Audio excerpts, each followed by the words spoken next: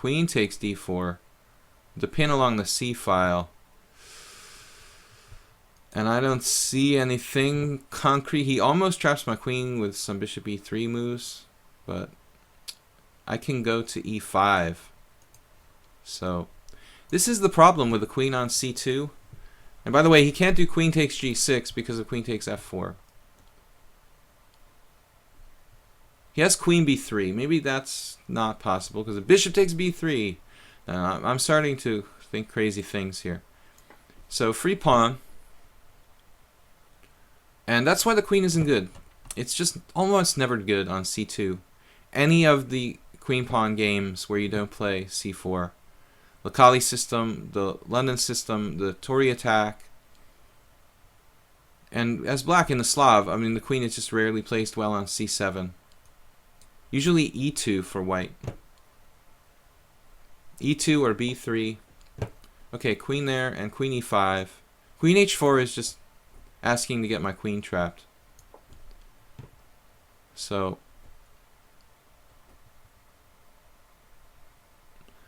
good morning, Chess Prophet. Good morning from where? Are you good morning from Europe or good morning from North America? Knight f3, queen f5 just helps him. So we're out of here. And look how happy we are that we played h6, you know? I mean, there's no knight g5. It takes that key square away from white.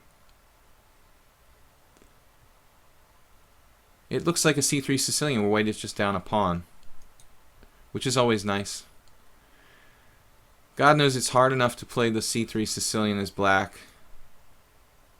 So we appreciate playing it a pawn up. King h7.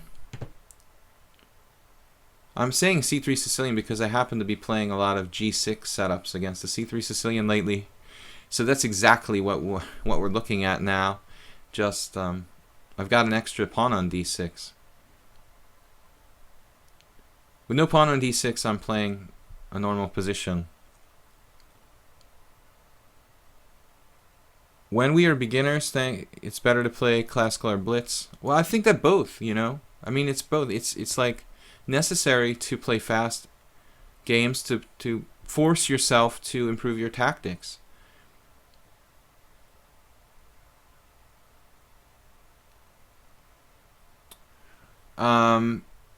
But this is really, man, I mean, this is really pretty fast. If you want to play like serious training games, I think you should play like 30-minute games.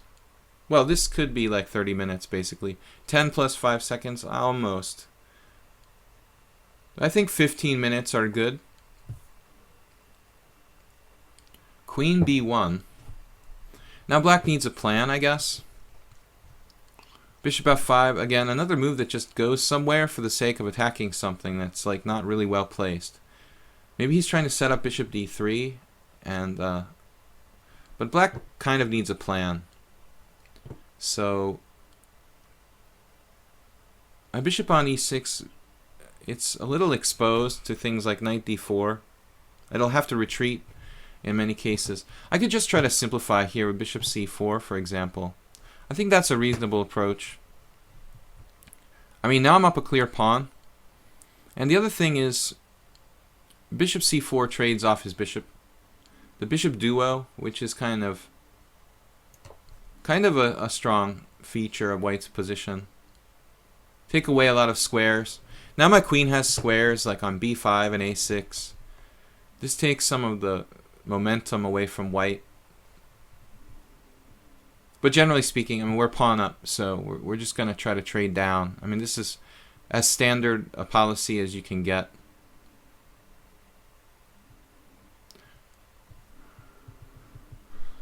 But if you look at the position in terms of structure, black should be preparing a minority attack with b5, a5, b4. However, you know, it's not a standard position. I'm up a pawn now, like a clear pawn in the center. So there are other things we can try to do, like just exploit our central sort of superiority.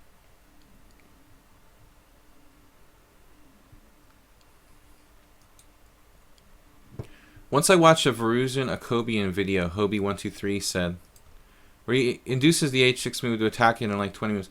Yeah, I mean, I appreciate that. But that's the way Verusian thinks. He's the kind of classically trained positional player. Not everyone can play like that or wants to play like that. I'm a little bit like that too.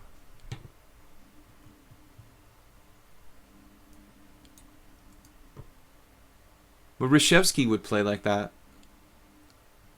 You know, he would go like bishop g5 in a King's India and induce black to play h6 and then bring the bishop back to e3 and claim that he could maybe exploit the weakness later on. Great player as well. The other day I was just thinking about Verusian. I played him the first time. The game kind of faded away from my memory. And then someone made me remember it the other day.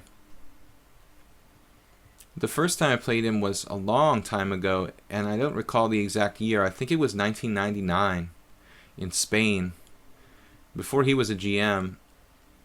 And I don't remember the opening. I think I was black, and he might have played the white side of a King's Indian. And that's kind of what's coming back to me, but it's really vague. Now, what about my minority attack here? Should I play e5? If I play e5, I weaken myself along the d file. Seems like unnecessary. Unnecessary to do it, but I do have to watch the e7 pawn. And as I said a minute ago, we're a clear pawn up in this position, so I don't know. I half want to play rook e8. It seems ridiculous, though. e5 blocks my bishop. Creates a backward pawn on the d file. Knight d5 is an interesting move. I'm going to play rook e8. I know it seems strange to move the same piece again, but I want to protect my e7 pawn and bring the other rook to c8. And we're going to play kind of in the center. I don't see the minority attack really ready yet. Maybe later on.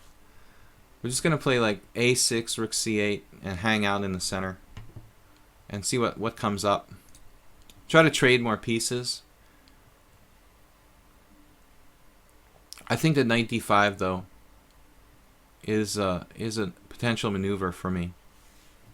My knight could be threatening invasions at f4 in some positions.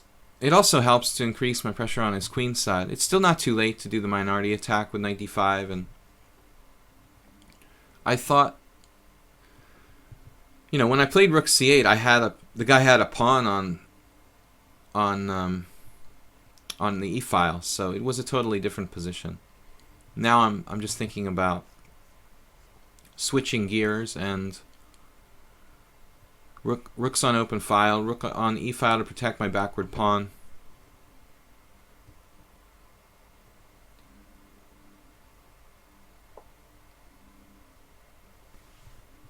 Oh, was it Akobian who Wesley So was complaining about? I wasn't sure about that story. Okay.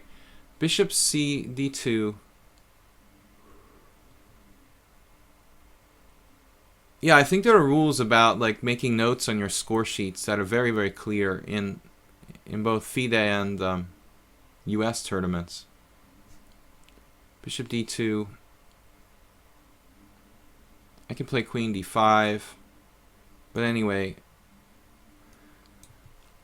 I don't really want to let him play c4, honestly. I can play queen c7. I feel like I'm playing strangely and passively here.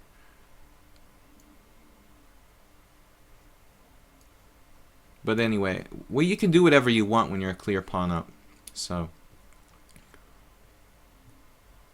this is holding up c4 and repositioning my queen. I think that it was a bit more active on a5, but it wasn't that perfect either. It gets in the way of my a pawn. Now rook c8 and slowly b5, a5, b4. Also b7 is a good square for me. Let's play this. And the c4 square. Trading queens is an option. He may force me to do something. I don't like the move rook c1. It's very passive. So again, trading pieces. I like trading pieces. When I'm up a pawn, that is. It seems like Adrian Chess now has increased the speed a little bit. This is becoming a blitz game, but we have 5-second increments. Kobian, great coach. Yeah, it's kind of hard for white to avoid exchanging queens when my queen is so much more actively placed than his.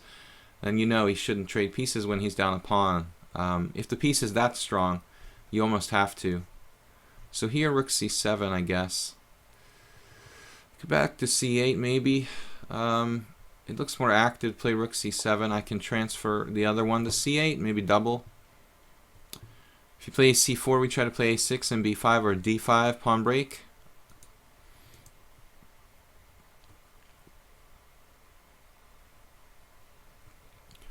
So I think Varuzhin played a white side of a Smyslov King's Indian against me, but the game has just been erased from my mind. It was a draw. It was a good game, but I don't really remember for sure. c4, a6, I guess. Now he has bishop a5, forcing me back.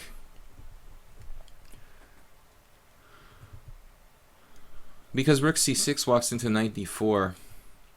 But I still think that black is totally clear pawn up. No compensation.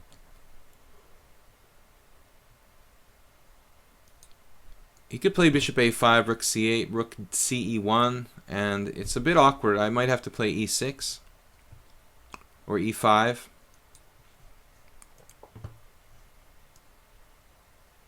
The alternative, I guess, is rook c5, but I don't really like it. I think e6 is fine. And then we can play d5, next move.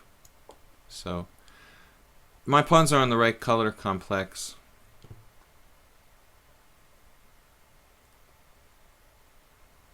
It's hard for him to stop d5.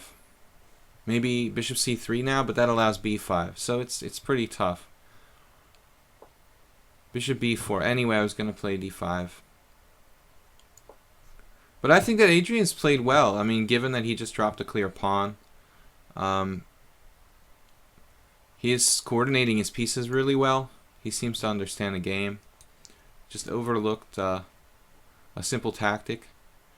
However, here his play on the e-file has sort of been eradicated by this exchange of pawns. So we're just left in a very straightforward position. Knight c3, very unpleasant, kind of weak square. He'll more or less have to give up his bishop if my knight goes to c3, but I'm not going to rush it. I'm going to trade pieces. Maybe rook c7. I guess rook c7 here. With knight e5, I can just ignore it. The c7 rook defends.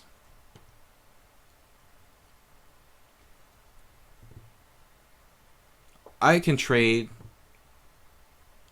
You can definitely trade. Now he's threatening knight e4. I was a little bit like sick of that knight already, so rook c2 though. Rook c2, knight e4. I feel like he's getting some counterplay here. Maybe I trade it off. It's really starting to drive me nuts, this knight, and it's a bit of a concession to give up my bishop for the knight, but again, with a monster knight on d5, it's hard to believe I'm not winning here.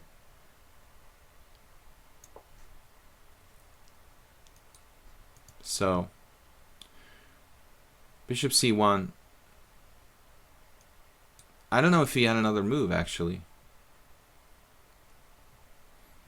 But I think that white played okay, save for the queen c2 move, and it was sort of hard to say what he should have done after that. So, trading pieces, he's got to take with the bishop now, and then I pin him on the 7th. It's looking like over. He has to drop another pawn with king f1 now to stop knight c3, I suppose. Then rook takes a2 and white resigns. I don't know. London system.